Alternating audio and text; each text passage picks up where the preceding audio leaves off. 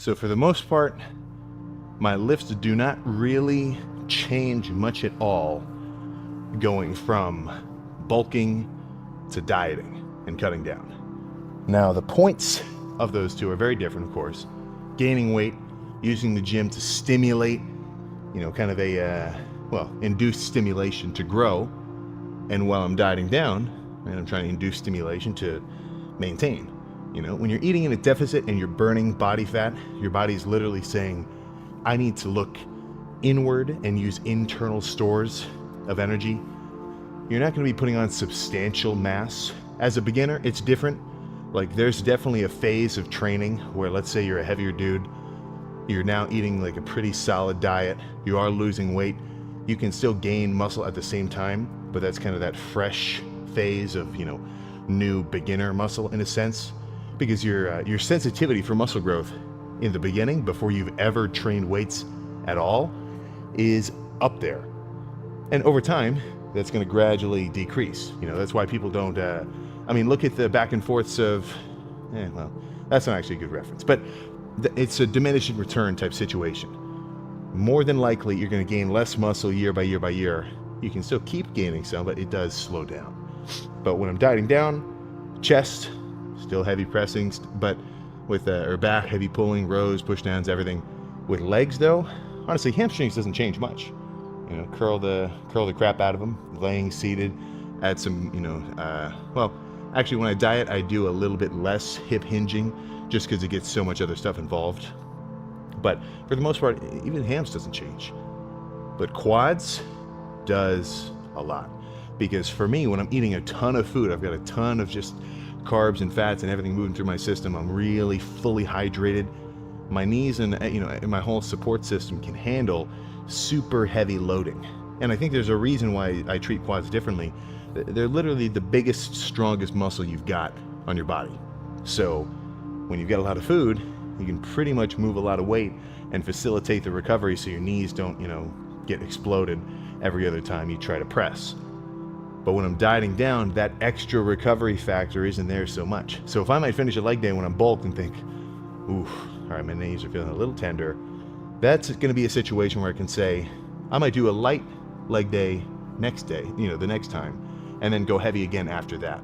And for me, heavy pressing for quads once a week in an off season is actually about right.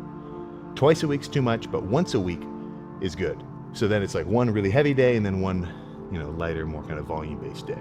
But dieting down, like if I really went crazy on heavy pressing, not only am I, hitting my lower back when I brace and everything else, but it's just almost too much to kind of recover from. So that's not an excuse to go easy on quads. Because if I totally slacked on my quad training, my quads would shrink during this deficit because I'm not, giving them anything, basically any reason to stay big. But I do it in a different way. So there's going to be much more leg extension based work, and pressing will be a bit more of a second phase of quads. In an off season and in these last, few months of quads, pressing was here for the most part, a little bit of leg extensions to warm up, but mainly a good chunk of pressing on these quad days, a little leg extensions to finish. Now it's going to look a little more like the inverse, much more leg extensions, lighter, squeezing, really kind of burning, pumpish work. And then the pressing that I do, will end up being just a bit lighter. And that's it's not cool to say, but it's true with dieting down. The training's overall workload will be a little bit less. You're not full of food, you're not as strong. My endurance per set, at least muscularly, not so much there. I mean, that set of leg curls, the first set was like 15 or something? The second set was 10 after just one. And I'm feeling the same thing on every other press that I'm doing. So it's something where your training should reflect whatever your overarching goal in terms of like redirecting your body composition is headed. And even if you're doing lighter work, still make it hard and treat it the same, give it the same level of hype as you would a crazy squat. Because I think the guy who can get himself amped for a set of calf raises or leg curls, which aren't, the most like fun thing to do, he's setting himself up for success, right? Whereas the guys who only get amped for chest days or the lifts that are like super fun and flashy, well, how are they going to perform when they're doing a workout that they don't really treat as important, right? So I think one more thing before I get started. For me, I like to think I've got an equal like enjoyment for every lift, legs, back, arms, chest, everything, just because I want the gains from all of them, right? So it's like I've got 5 kids and I love them all equally. I will say I probably like chest the most just because the pose down is so freaky. But either way, I want to give every body part the respect it deserves, because I want every body part that I'm working on growing to either grow in a bulk or stay the same size in a diet. But I think I'm just talking because I know this is going to be a hard set. So I'll tell you this is honestly probably my best tip that I can think of beyond saying, oh, just eat, bro, like just eat more. Like that's not wrong, but that's not a tip. Like there's no helpful information when people say that, right? Or like when it's, oh dude, you can't lose fat, just eat less food. Like that's true, but that's not a tip. So the way I look at it in terms of planning, if you're busy for anything and your actual overall food intake is like a high priority, then what I'm thinking is you've got essentially a certain window of time, meal to meal to meal to meal to meal, where let's say your average meal size, maybe 600 calories, and you're aiming for 3,600 throughout the entire day. You know, let's say in this analogy, all your meals are the same size, right? That's 6 meals. How long is your day really, right? Let's say you eat breakfast at 7 and you're going to bed at, let's say 10. Let's say you actually go to bed at a reasonable time. So 7 to 10, that's 15 hours, right? So it's 15 divided by 6. 15 divided by 6. 15 divided by 3 is 5. That's totally not right. Let me actually calculate this. What I'm trying to say is you've got to eat 6 meals evenly dispersed across that time frame. So 15 hours, 6 meals. So yeah, okay, every 2.5 hours. Actually, that makes sense. There we go. So if you're having a 600 calorie meal every 2.5 hours, at least on average, right? There's no point in like a meal every 2 hours, but the gist is you have to eat at that rate to actually get all of that food in. And if you get too far behind, you're kind of screwed, right? I've been there where, you know, it's 11 o'clock at night. I was busy. I was doing something. I had tests. I had whatever. I got to eat 2,000 calories right before bed. That's not a good setup. And if you try to stay up late and play catch up, well, then you're going to throw your sleep off. You're going to wake up late. You're probably not going to start eating as early in the morning because you're going to be busy and then it's just this loop, right? So that just sucks. So if you can plan for making sure you have either access to food or just pack a meal, right? Like let's say you leave at 7, you're not really going to have lunch till noon, right? 2.5 hours between, 9:30, pack a meal, and then you're good. And it doesn't have to be a full-on like chicken and rice sort of thing either. My go-to like on the go, something quick, is usually 2 scoops of protein and then some, you know, depending on what your carb intake is, 2, maybe 3 packets of dried instant oatmeal of a flavor that, you know, hopefully matches the protein, like chocolate strawberry. That's decent. Chocolate, what's the orange oatmeal powder packet flavor? Peach. Yeah, chocolate peach. It's a little funky, right? But as long as you know that if you're going to be gone or not, you know, in access to food for like a certain amount of time, planning a meal right in the middle so that you don't have this huge gap of no intake in the day, that's going to be a good setup. And but that shot was nuts because it's like freaking just standing, not even really doing a flex at all. Quads crazy, calves crazy. So that means I know that that's in there. I know that that's what's going on underneath the surface level, like it's you know, like it's an underground you know, kind of operation, where just because you can't always tell exactly what's progressing from the surface, there are things that, you know, can basically tell you that you're on the right track. For one, heavier sets, you're getting larger, you're being stronger, you're gaining weight, you're looking at yourself in the mirror, and you're, gradually getting physically larger, but not too much softer. This is more of in an off season. And once you diet down, once you reveal what's been built underneath, well, let's just say you're gonna notice. That's for freaking sure. So I'm definitely getting excited about getting lean later on. At this current moment, and this will change because there is such a thing as dieting fatigue, where shit, man, it gets hard to diet. But right now, I am I'm always 100% on board, but I do not have any qualms about slightly less weights in the gym, slightly less strong, just not being so full of carbs for the sake of that leanness. But it's something where that's from the perspective of me who's put on a ton of muscle, and now I want to see it revealed, So I wasn't so, honestly, I don't think I was ever obsessed, or even, I don't think I'm even obsessed now. I think I want to be lean, but the idea of like reaching that lean look, it's just a stop on the journey, right? You're taking a long ass road trip when it comes to bodybuilding, and how I look at it, every time I'm growing, that's when I'm driving through, not the flashiest sections of roads ever, but they're really fucking pretty. It's like you're going through the mountains or you're on the coast, you're like, this is nice. And you just keep on coasting. And every time I diet down, that's when I get to drive through, it's like you're driving through Vegas, or like you're driving through New York, or through some kind of crazy landmark. You're like, holy crap, this is freaking nuts. But the only reason you got to that crazy cool landmark was because you had that longer drive beforehand. So it's this is the first analogy I ever made about this, and I still really like it. It's like somebody's working on restoring an old car, and I'm talking really old, rusted out, like this thing needs some body work. They're not going to start with the paint job. They're not going to start with that flashy part at the end. They're going to build up that framework first, at least to whatever degree they're aiming for, and then give it its final polish and dusting and wash to see what it has become. But it's much more of a thing of progressing rather than being, as it were.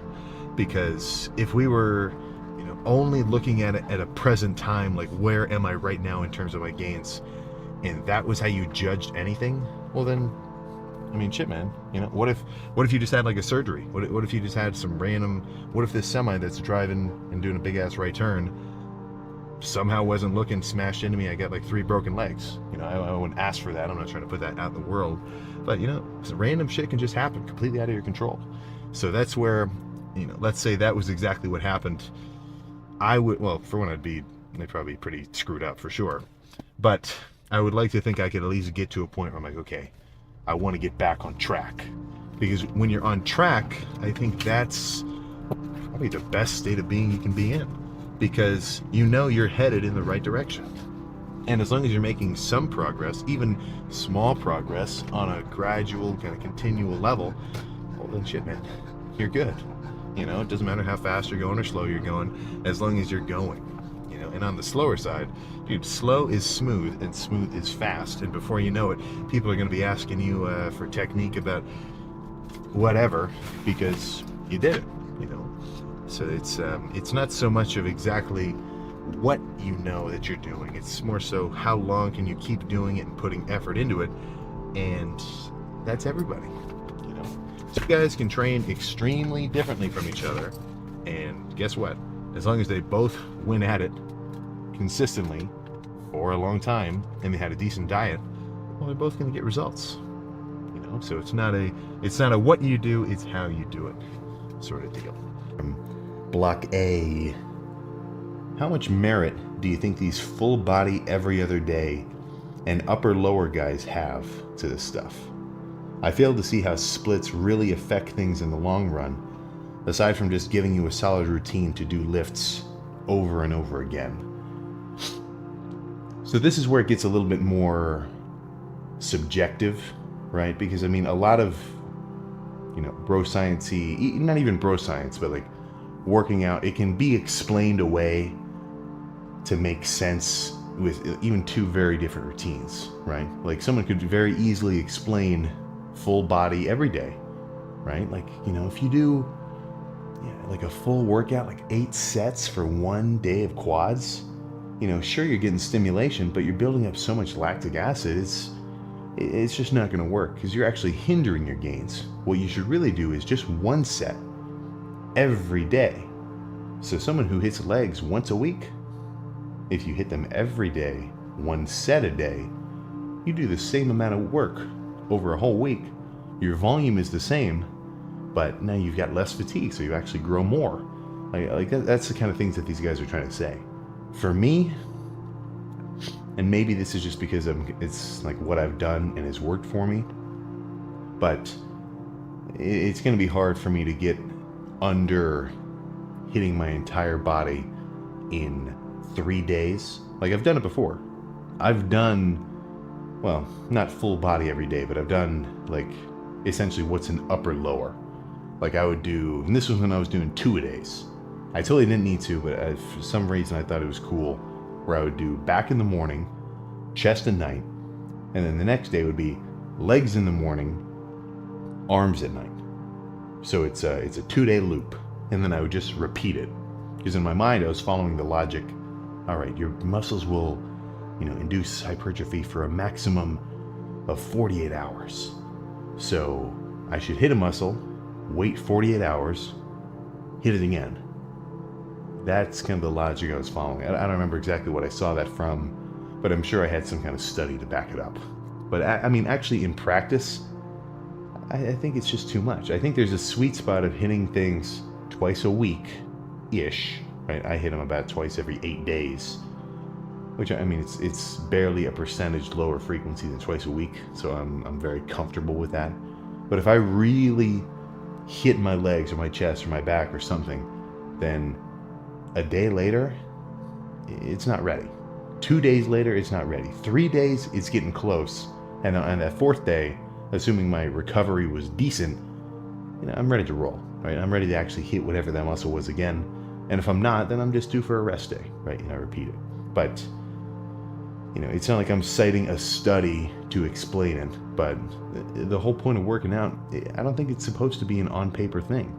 Like, I think no matter what you're doing, the results that you get are gonna at least justify whatever you've been doing to a degree, and you should always keep an open mind for trying to, improve your routine or change it, or just look for little details that you can work on. It's like, it would suck if somebody did a really crap routine and never improved it. But I mean, if you're coming to the gym 6 days a week, you're actually working hard, you're making progress, how bad can your routine be, right? If you kind of follow me there. So I think it's something along the lines where the working out, at least in like a personal fitness kind of approach, is almost supposed to be something that you learn and like grow accustomed to, actually like programming around your own body, and not even that, but also just around your own routine, because only you know if you like doing morning workouts or later workouts, or maybe your chest gains are just phenomenal. You've got wild chest genetics. You can hit chest once a week and it's still your strongest body part.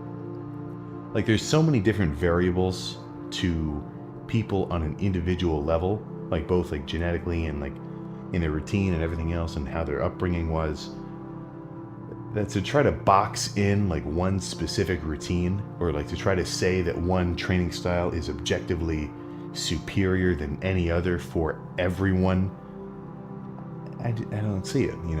I think it's a very closed mentality. And one thing that I think turns it into a little bit of a beginner trap is, like, I mean, let's be real, for what's the biggest deterrent keeping people from working out, right? What's the biggest thing where people say like, oh, I would love to be in shape, but, right? What are the biggest buts?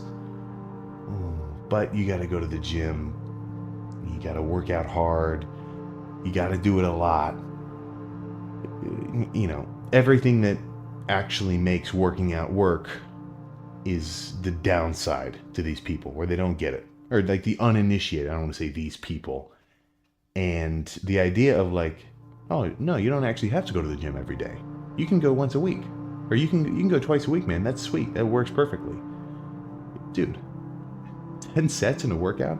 That's way too many, man. That's too much fatigue. You can get away with one. That, to someone who already has this preconception of, I don't want to do a lot, I don't want to go a lot, I don't want to go that hard. Oh, dude, leave reps in reserve. That's actually better. Like, I do not think that, or I at least think that there's a perspective to be discussed where some training philosophies, as we might call them, are really just coddling philosophies. Where, let's say, let's alternate universe. I'm a different Sam. It's not me. I hate working out. I really don't like being in the gym. I don't like going to failure at all. The bars hurt my hands. They hurt my calluses. But I'd love to be in shape. Like, if I was in shape, that'd be awesome. But I hate doing everything that goes into it. If I heard someone start kind of perpetuating the idea, dude, you don't have to go to the gym that often. You can just take a ton of days off, and really, when you're in the gym, you should only be in there for like 20 minutes and then leave. That would be very appealing to me. Like, the idea that that we want to be done in the gym as soon as possible, or that we don't want to train hard. Like, these people who at least have this kind of opinion on training where they want to minimize it. It's not the same philosophy as like a Menser, right? Like, Menser would say, you should only do 2 sets every wild frequency, like 2 sets a week or 2 sets of whatever. But it wasn't like, there's no way possible that his reasoning was, I don't really like training. But someone whose reasoning is that they don't like training would love a 2-week or a 2 set a week philosophy, because it means less training, So it's kind of something where 2 people can do the same thing, but the fact that their motivations are completely different changes the situation entirely. Like, I don't want to come to the gym for 10 minutes. I like getting to be in here and really bringing it, And I've got the anecdotal evidence of the fact that I have been making gains using similar styles across the board of all the time I've been working out, where I know it works, So I don't, I mean, you'd really have to convince me somehow to do like a 1 set chest day and then leave. And honestly, even if that was like, well, I know it's not, but even, let's say, a hypothetical world where that was all you had to do, I'd probably still do more just because I like it, So is that me being disagreeable to this open conversation? The fact that I actually like to train, and the fact that there's people who like being in the gym and that they don't just want to leave as soon as they get there. I think it's something to think about, right? I'm not saying that's completely right, but I think that's a perspective to think about. Which means you coming along with me to hit some cardio, right? And I know, not the flashiest thing in the world, 30 minutes pedaling on the seated bike in a Planet Fitness, nonetheless. Honestly, that's, I never even took that in consideration. If you're at a gym where people are freaking bringing it for real, well, I wouldn't, like, if I saw someone doing a serious heavy squat of 5x5s or anything, powerlifting, bodybuilding, whatever, and I was sitting there doing cardio, and usually they make it so that the cardio is kind of in a position to look over everything anyway. I mean, that's just more reason to sit there and kind of chill out, But to rephrase this for the millionth time, my cardio of choice is the recumbent bike. Usually I'm just going to say seated bike, but I guess that's a little redundant. There wouldn't be a bike without a seat. But the main reason that I like it is I get to sit down pretty much in a reclined position, and my torso does not move at all. It's all hips and below, knee flexion, knee whatever. So for me, that is a huge positive, because I don't have to move my freaking arms back and forth or sway like you are when you're walking on a treadmill, or like when you're trying to keep your balance on a Stairmaster, just so I can sit and make the time pass by faster by just playing on my phone or watching a show or whatever. So it's a combination of, okay, I'm gonna go do my cardio. I'm gonna do it. I'm not slacking off. I'm making this shit happen. But also, I want to make it easier for myself to do. There's at what point does making something harder than it has to be actually help? So I just don't see the point of like trying to sit there and no music, no anything, just try to make like you're trying to make yourself suffer. Like I don't think there's anybody, at least not too many people, like that.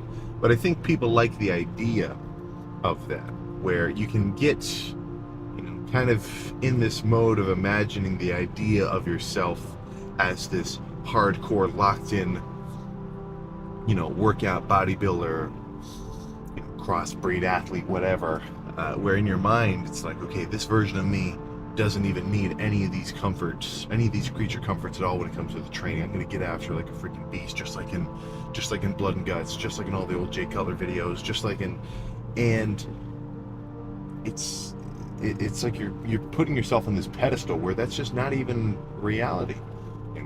Like, I want to bring it.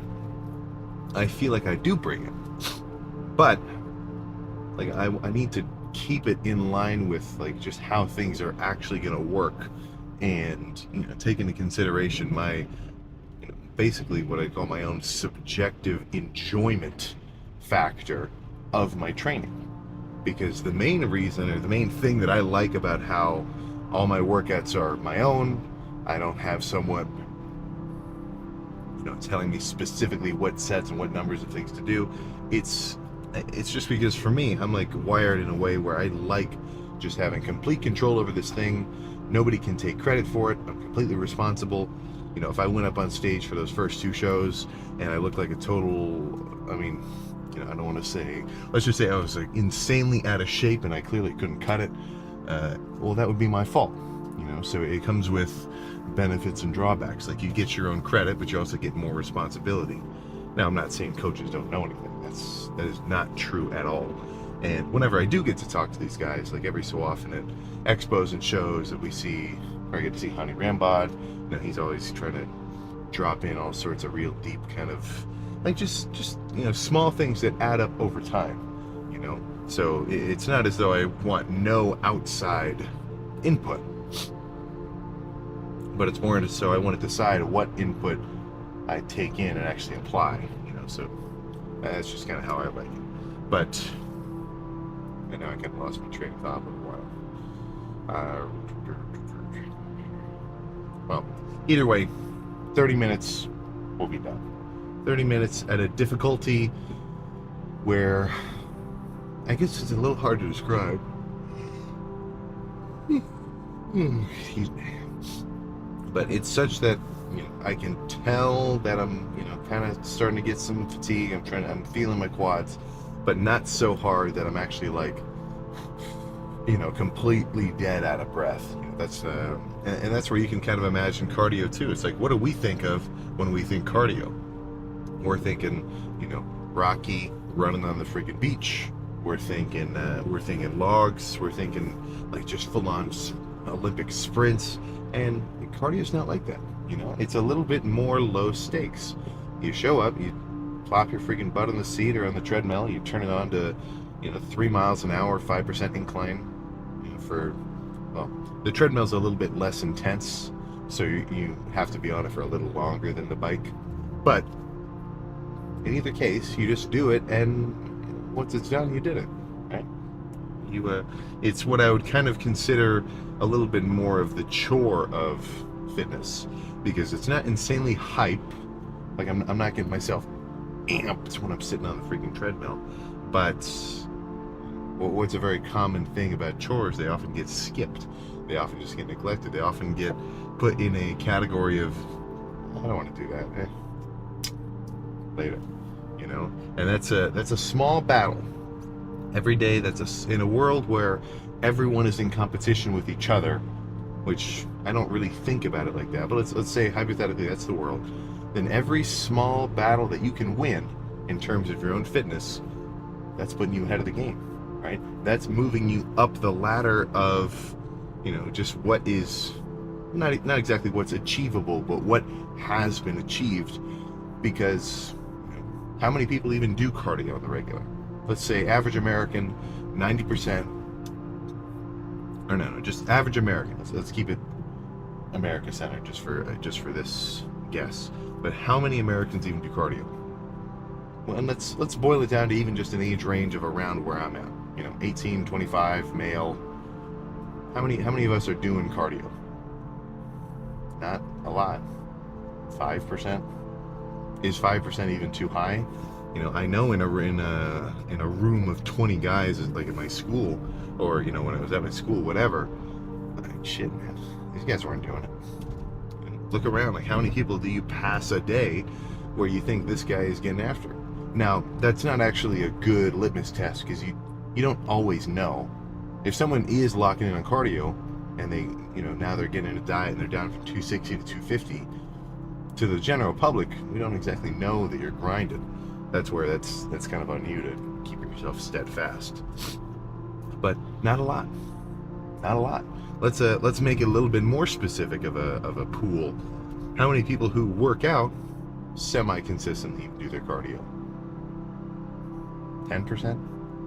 15% if we're being a little bit more liberal with this dispersion. Not a ton. And what does that say about everything else? Calorie tracking, making sure you get a freaking jug with you full of electrolytes.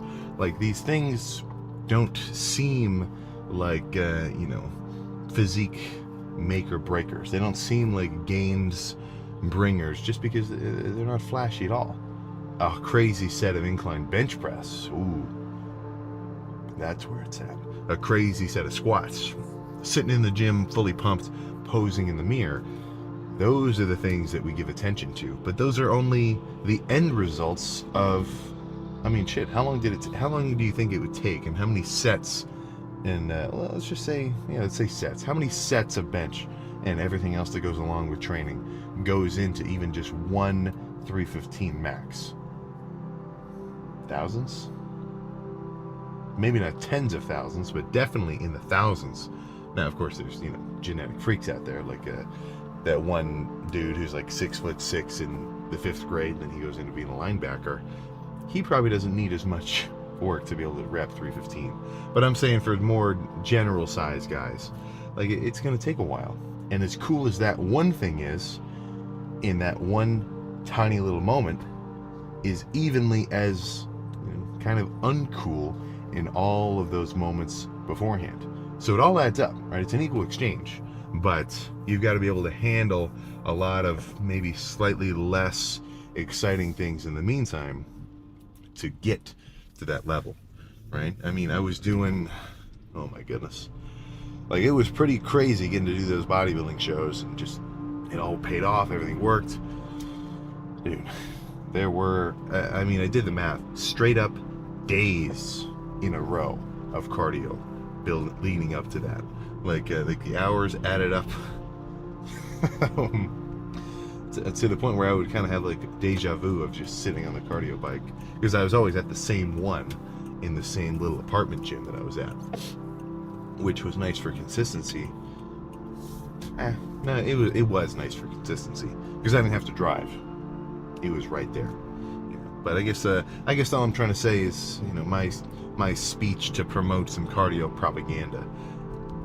But I'm not even saying propaganda, because it's just legit, So I am in stage 1 of dieting. I'm in phase 1. I'm in level 1. I am in the first,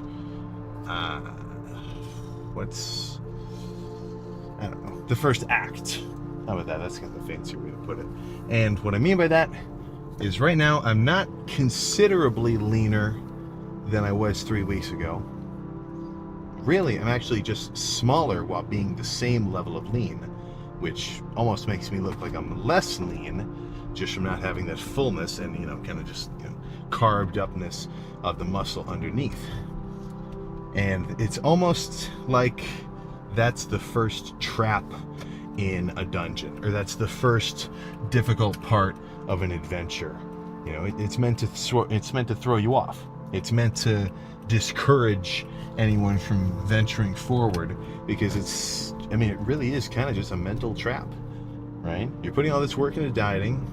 At least, you know, if it's hard for you to limit your calories, it's really feeling hard, even though right in the beginning. And you don't actually see any, if anything, you actually start to look a little worse, at least for like, you know, a 2-week phase, because all you're doing is now shrinking down a little bit from not being full of carbs, but you're not really burning much body fat yet, because you've still got a lot of, you know, the whole point of flattening out or feeling flat is the idea that your body used up a lot of that internal, you know, muscle glycogen, muscle sugar and shit as energy. So it's using that instead of your body fat. Once, at least how I look at it, which, you know, keeps me, I mean, it gives me a pretty good grasp of how to get leaner, is I need to keep my internal glycogen stores low, so that when my body has to run on energy to stay alive, you know, and recover from all this training, it's going to have to look inward to body fat as a source of that energy, because it's not coming from the food I'm eating, because I'm not eating a ton of food, right? So first you got to get a little flat, and then you start burning fat, you know. And I'm a lot of, like, I don't understand the need to try to overcomplicate and over-explain every tiny detail of like a fat burning process. As complicated as you could make it, it's as simple as your body burns this much energy a day, including your training, including your cardio, and depending on how fidgety you are, whatever, it's this number. Let's keep it simple. Let's say your body burns 2,500 calories a day on average. You work out 5 times a week, you do cardio 2 times a week, should be 5, but whatever, let's say it's 2 30-minute phases. That's what you do. So on average for that entire week, your body needs 2,500 calories to stay, you know, alive at that weight. You're burning 25, you're eating 25. There's a bit of variation, you know, maybe you slept weird, maybe whatever, but for the most part, that's about it, right? So would it not make sense that if you didn't change anything about how you moved around and how you were like going about your days, your body is still going to be burning that 2,500. So if you only feed it 2,200, right, would that not then give you a 300 calorie a day deficit? So where are you going to get those calories from, right? It's going to have to come from something inside your system. Let's say your carbs are pretty much just like depleted, so you got a whole bunch of stored energy, right? Your body fat.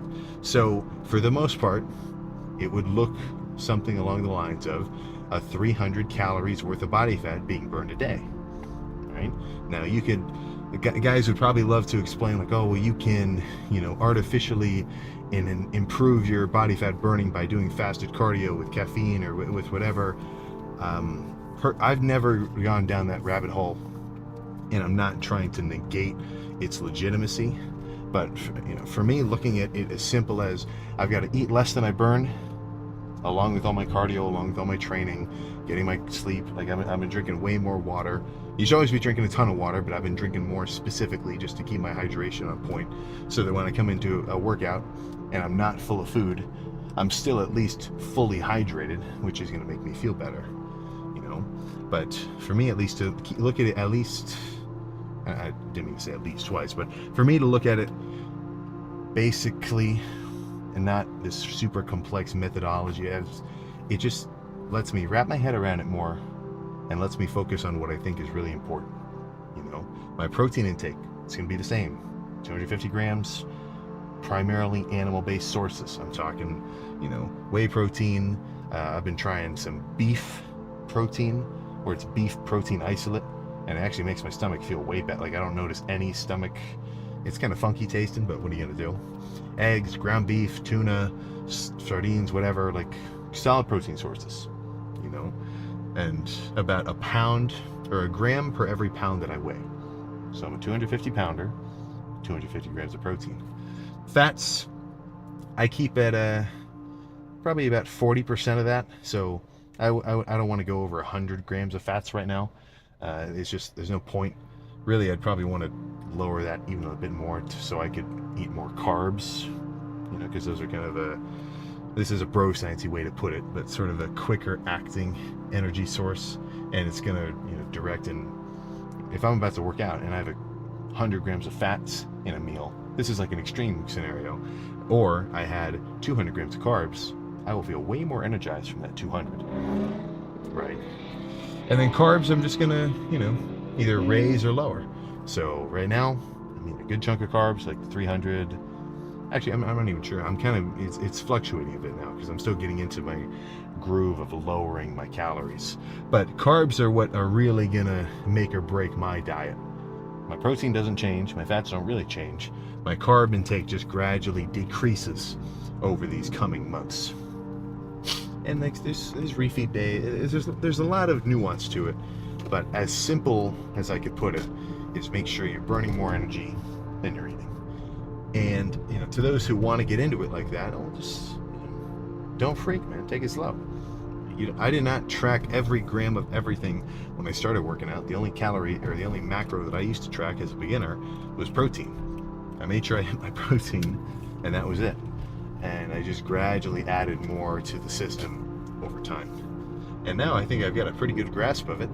I've gotten pretty lean before from everything that I know and trying to like change things. Like I didn't have to have a coach tell me everything exactly what to do.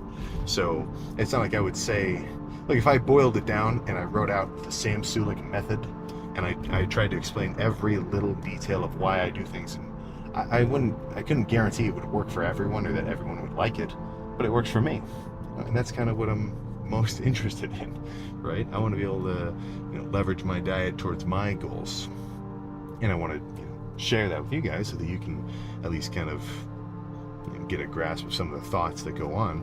But you know, the guys who really kill it, they're the ones who figure it out for themselves. You know, they're not always trying to ask questions. It's more so they're trying to come up with their own answers and, you know, find out, are they right or are they wrong? You know? So it's kind of a situation of,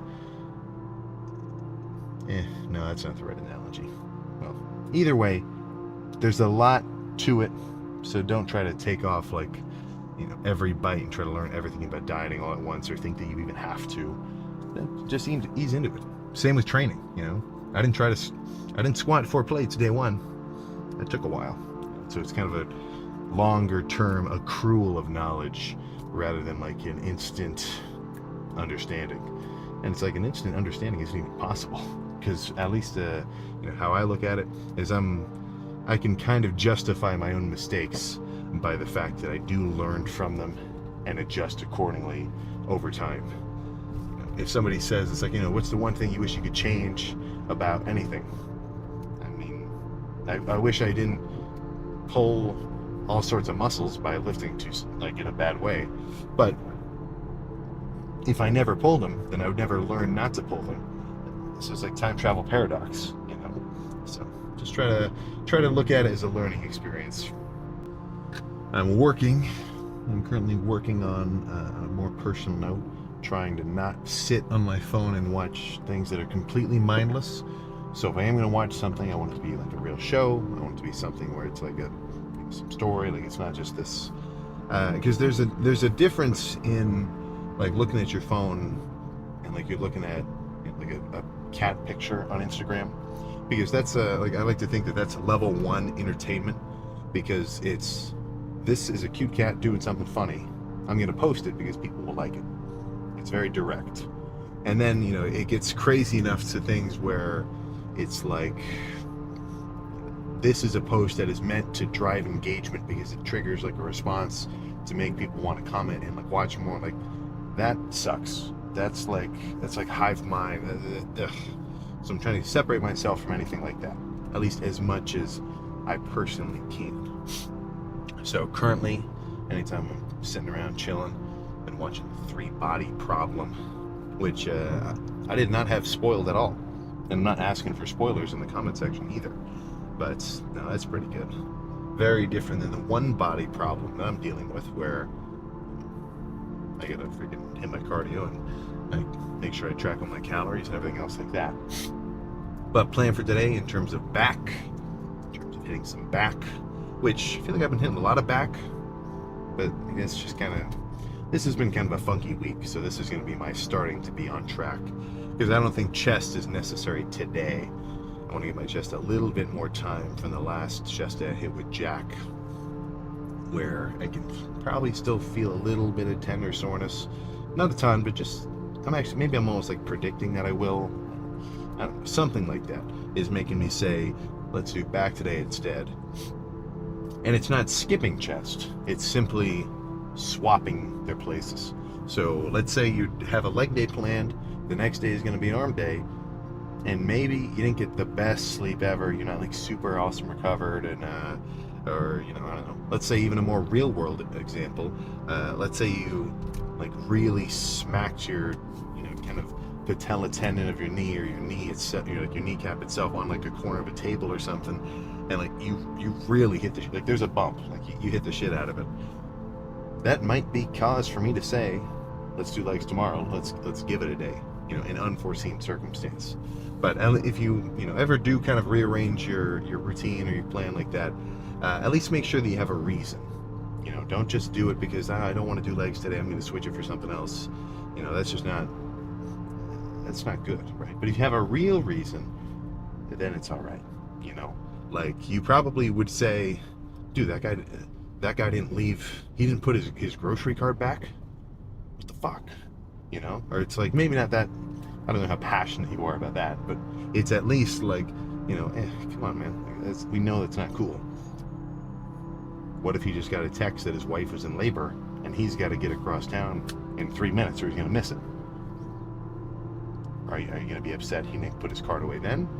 So it's sometimes two actions can be very different, or one action can be very different if the reason behind it has two different meanings. You know what I'm saying? So just keep that context apparent in your mind. And, I've seen a lot of hate on the pump, as though it's not like, basically saying you did a good workout because you're real pumped up. But the way I think about it is like think about if you take a test, right? You take a real big ass exam. It's not, and you get, and the teacher writes your grade, writes an A on it. Sweet, maybe an A+ even, right? You're a total baller. So the fact that a guy wrote a letter on the page doesn't mean anything, but he only did it because everything that you did on the test corresponded to that result. So that's how I look at it. The pump is your grading scale of how your workout was, because it's going to unapologetically be affected by however your prep was for the workout. So did you sleep? At least did you sleep well? Right? Were you hydrated? Did you eat enough food, or at least a reasonable amount of food? And then are you just like mentally there, like in the zone, like you really want to bring it? Because if any of those things are off, your pump will suffer, right? And if somebody didn't get a ton of sleep, they might not get the best pump. So I'm gonna kind of make the correlation. Not getting enough sleep affected that workout. I think that makes sense. I think we can all agree with that. So it just kind of goes forward, stemming from the beginning. What were you doing before the workout that resulted in how the workout turned out? What were you thinking about on your way to the gym? Like what were you doing during the workout, right? Were you spending a little bit too long chatting? Were you were you just kind of not really in it? Maybe your gym was dead that day for whatever reason, and you decided, nobody's watching, I'm done. I did 3 sets and I'm out of here, right? So anything that is going to affect the pump, I feel will also affect the quality of the workout, and then in turn, in the longer kind of scale of things, the quality of your gains, the quality of your progress. If you're a guy who takes it easy in a workout, you show up and then you just, somebody who constantly slacks,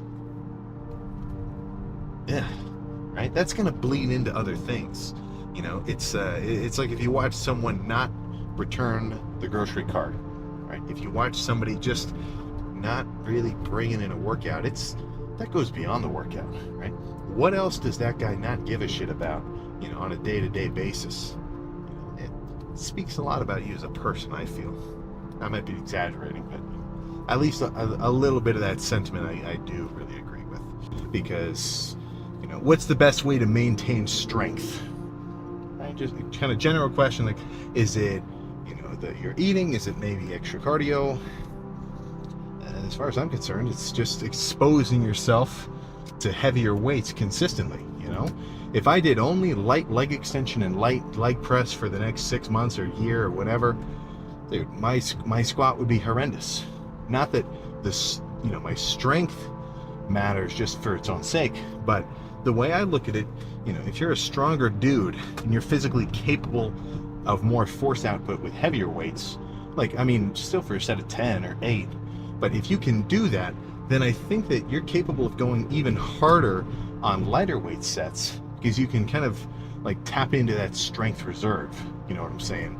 Because it's as much as strength is just a attribute, it's also kind of an acquired skill, you know, because someone who has just considerable time training, be it, you know, powerlifting, bodybuilding, whatever kind of training, they're going to be capable of bringing themselves much closer to like complete muscular failure than the guy who's never trained before, you know. And it's a combination of factors. It's physical and mental. You know, if you took a guy who's never worked out before, isn't like super motivated to work out anyway, and you put him on a chest machine and you said, do as many as you possibly can, the untrained guy, it doesn't matter how heavy it is. Let's say it's a weight that if he really brought it, he could do it 15 times. You know, so let's say I pick a weight that I could only do for 15 times. Like, if you could somehow analyze my pecs and my chest and all my muscles and everything, I could do it 15 times. So we're both set up with the same relative weight. For me, since I've trained for a while and I'm comfortable with like being uncomfortable in a set and really just, I think I'd be able to come closer. You know, maybe I could get 13. I don't think you can ever get as much as you can truly get, you know, because your brain's kind of limiting yourself like that. And having that thought process always means you got more in the tank, so you can go harder, so I like it. But when you take the untrained guy, you know, he might only get 6. He might get 7 and then tap out because he's like, oh, But if you had that same dude train for long enough and get used to training and get used to pushing it, well, then guess what? He'll be able to get closer to that, you know, actual maximal number. And a good way to look at any argument or any subject that has some, you know, subjectiveness to it a little, or it's not like a perfect science, is take things to the extreme. You know, let's say there's 2 sides to an argument. Take both sides to its complete extreme, and that usually gives you a little bit of a sense of which side is at least a little bit more accurate, right? It's never totally black and white, but which side is gonna, you know, is the real answer gonna lie towards? So in terms of workout intensity, right, let's say you've got 2 sides. Absolute 0 intensity, lazy ass, like just barely even physical activity. Like if I came in and did like 10 reps with the 20s, if I came in and did 10 reps with like the 5-pound weight increment on those cable presses, right? Not even like 0, or no, what's RPE 0, right? Rate of perceived exertion is rated at a 0 for that set, right? So that's the extreme on that side. Or take it to the extreme of like trying to make every set as insanely crazy as possible, you know, be it with weight or intensity or supersets or anything, like, you know, things like that.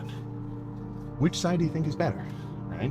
Like, which side do you think the real peak of gains and kind of stimulus is going to lie on? Because I can tell you, it's not that easy schmuck side, you know. Now, every set doesn't have to be like, you know, nose bleeding, ear ringing, but if most of them are pretty hard, I think you're going to have better luck when you actually look at your progress over time and think, oh, you know, why is my bench not going up? Every time I bench, I leave a lot of energy in the tank and I don't really bring myself as hard as I could, but why isn't my bench going up? You know, things like that. And it might not be so blatant, but it's the details that get people in their routines. Training, you know, how many sets are you backing off? How many times do you do a rep where, oh, that was kind of hard, rack and I'm done? I mean, how many times do you say, I don't want to do cardio today, I'm not doing it, screw it, they won't even matter. one day won't change anything. That the percentage of people that do that, or cardio is not even on their mind. I don't even want to, let's not even talk about it right now. I don't want to get into that.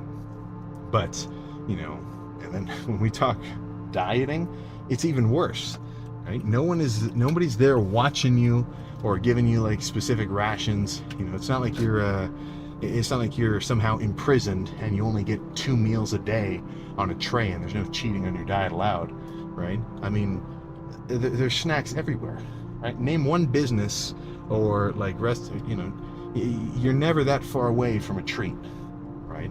So it's always there. And since not everyone is always watching, what'd you just eat? What?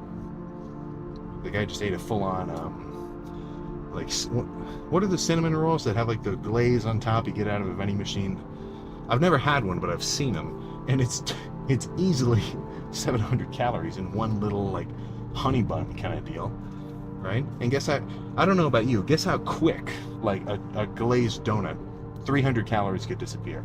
Guess how quick you know, a pint of some kind of like soft serve cookies and cream ice cream could disappear, right? I mean, I could have you spin around, like jump in the air, do a spin, and by the time you landed, it'd be gone. You know, it just happens. And then there's the guys where they're like maybe tracking their calories a little bit, but they don't count snacks. It's like, yeah, I'm just having a couple Doritos. You know, I stop in the pantry, just foraging for whatever's around. You know, I didn't snack that bad today. Then meanwhile, the guy ate 1,000 calories worth of like just small 50-calorie increments 20 times. You know, one handful of peanut M&Ms that was on the front desk, that could be 200 calories. Oh, that'd be a big handful. A regular handful, that's probably 100, right? But they add up.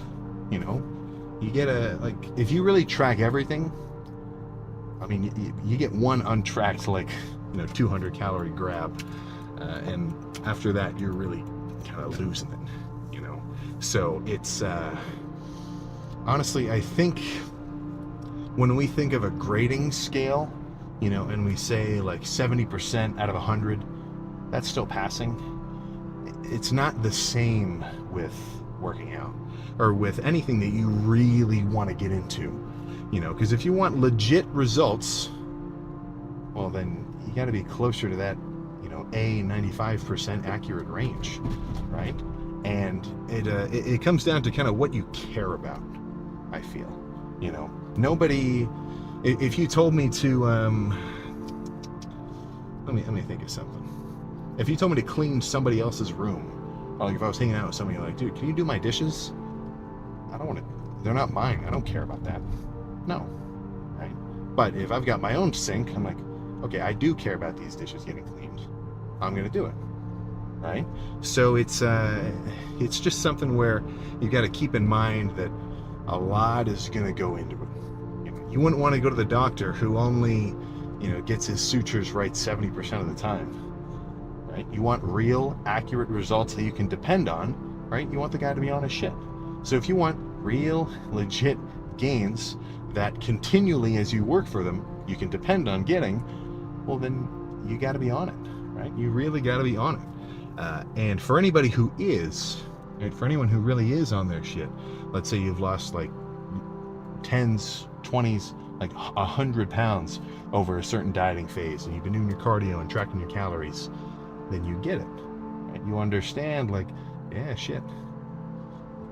You know, if you tracked, if you had like a little mini Sam hovering on your shoulder, and I watched everything that you ate in a day, and you've never tracked your calories before, I think you'd be surprised. Or I think somebody would be surprised if they saw just how much they ended up eating, kind of just unknowingly.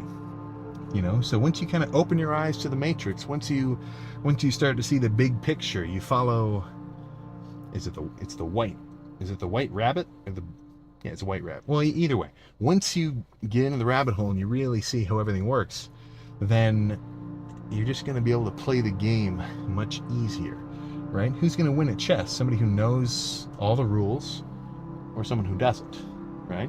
So it's Yeah, it's just a situation of like, how much time and energy do you want to put into something, and matching that with, you know, how many or what degree of results you want to get out of it, you know. So that's my end speech there in terms of you know, cardio and training and everything else. But if you're bringing it, and you're bringing it slightly more on the regular, continually over time, well, then you don't need me to tell you what to do. You're good, right?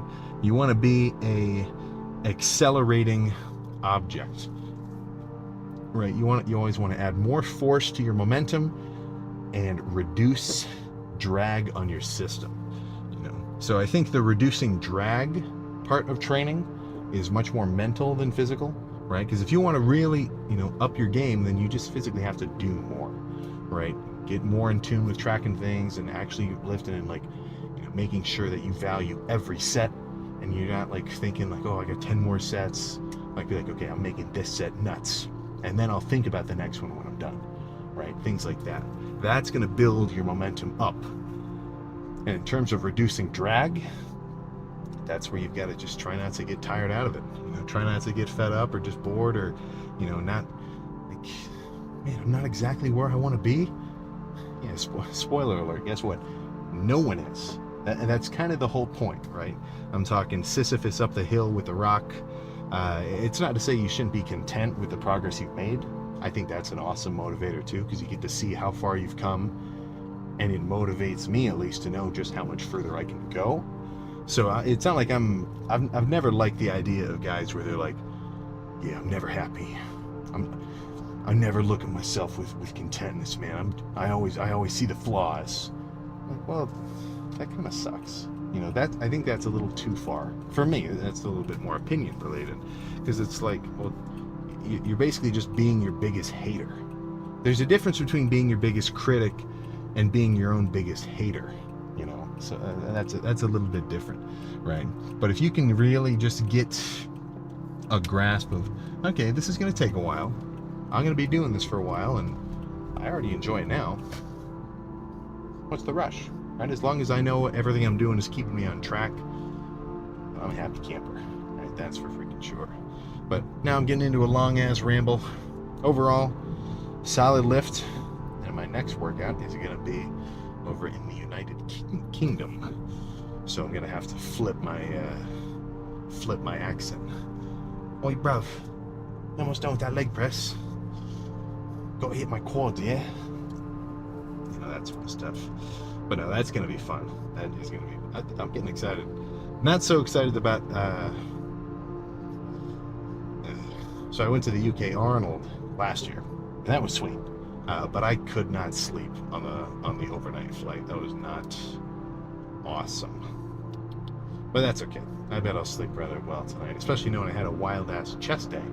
And as soon as because every time I finish a pump check, I look at myself in the camera screen and go back on the clip. Yeah, as soon as I saw that, like, old school side chest, that was an instant Instagram story. Yeah, that was freaking sweet. So I mean, flat and still like that full, I'm getting excited. This I can say with certainty, this will be the wildest Sam look ever. The lifting journey, right? I don't think that's going to surprise anybody to hear. You know, all your workouts are, you know, yours to be done because you want to do them, and you're holding yourself accountable to do them. You know, it's not so much of like you got to keep up at least to, you know, 80% average quality workouts over the course of time, or else you get held back a grade. Like, no, it's a very individual endeavor. But the fun part is that when you get to, you know, basically just congregate with a bunch of other people who've been doing the same thing as you, well, it's just this, I mean, it's just extra fun, right? Like, I got to do a bunch of workouts with Jack Eagles, who I watched him do his Detroit Pro Prep and all those videos, so I was sending him a couple texts before, and the guy who was, one of the guys who was being his videographer, his name is Alex Cooper, also super cool. Same thing with Chris Bumstead. He's got his buddy Henry. It's this whole thing, and it's just awesome to, you know, be able to hang out with them. But, you know, that's not all the time. You know, getting to go to an expo and getting to, you know, do all this stuff. And like, oh, this is such a crazy, like, just like everybody left that expo hype. Everybody left this whole weekend like excited to get serious again, because that's what all expos are like. You know, you get to see these guys you've only ever seen on your phone, and it's like, oh, nice. I just saw David Lee in person, and kind of get freaking cut up, you know, or whatever. But I think on average, that hype feeling, you know, once everybody gets back into their regular routine, it might start to die down. You know, and that's where what I take, you know, my sort of thought process is every time I get to see these guys or run into them and talk about everything, what I'm thinking is not necessarily, oh man, I can't wait to run into them again. Like, we should do this every weekend, because, you know, these events and things, like, these are special, right? These are, and if they happen every week, then it won't be special anymore, it'd be regular. But in terms of a personal growth kind of standpoint, like, I want to wait a little while till I see these guys again, because I get, now knowing I'm about to die down, I get to say, dude, I'm gonna be freaking cut up in 3 months. When I see you again, yeah, let's say you're not gonna recognize me. Let's say it's gonna be Vein City. Let's say it's gonna be freaking, you know, Striation Central up in here next time I see it, because it's a, you know, it's like when you get a long distance buddy and you're still totally cool. Like, you guys are solid, and you only hang out like once a year, you know, or every couple of months. And it's just this kind of different dynamic, because it's almost like, at least the way I feel with all of these, and, you know, every bodybuilder, fitness kind of guy, like whoever, you know, I'm not saying Gymshark specific, I'm saying at every expo, going from Noel Diesel to Granny Guns to, even saying it now is crazy that I can walk up and be like, dude, Jay Cutler, what's going on? And we're just like, that's nuts. But I want to progress in the meantime, in between all these interactions, and I know that they all do too. I mean, you know, depending on whatever their goal of progression is. And I think it's like this mutual respect, like this understanding that we're all on our game. And it's almost actually, well, not really, but the premise of, like, you know, when it's new card, what do you think? You know, that like Patrick Bateman kind of clip. Not like that, obviously, that movie's kind of nuts, but in a way, because it's like, holy crap, I haven't seen him for 6 months. He's been on it, you know, to the point where you don't need to step on a scale. You don't need to, you know, bust out a pair of fat calipers to be able to show somebody, like, you've been making progress and you're leaner. Visually, you get to carry that around, and it speaks for itself, you know. So in the last couple workouts, especially between sets, just banter off the charts, joking around, goofing off it, you know, more than I usually do, because obviously I'm working out alone, probably 95% of the time, something along those lines. And if every workout was like that, I don't think I'd be exactly where I am now, because it does demand a certain amount of, like, seriousness. So I'm not trying to say never have fun in the gym either. You know, it's a, what's the word? It's kind of a compartmentalization approach, where when it's time to work, you get after it. And in between, you gotta chill for a second, you know.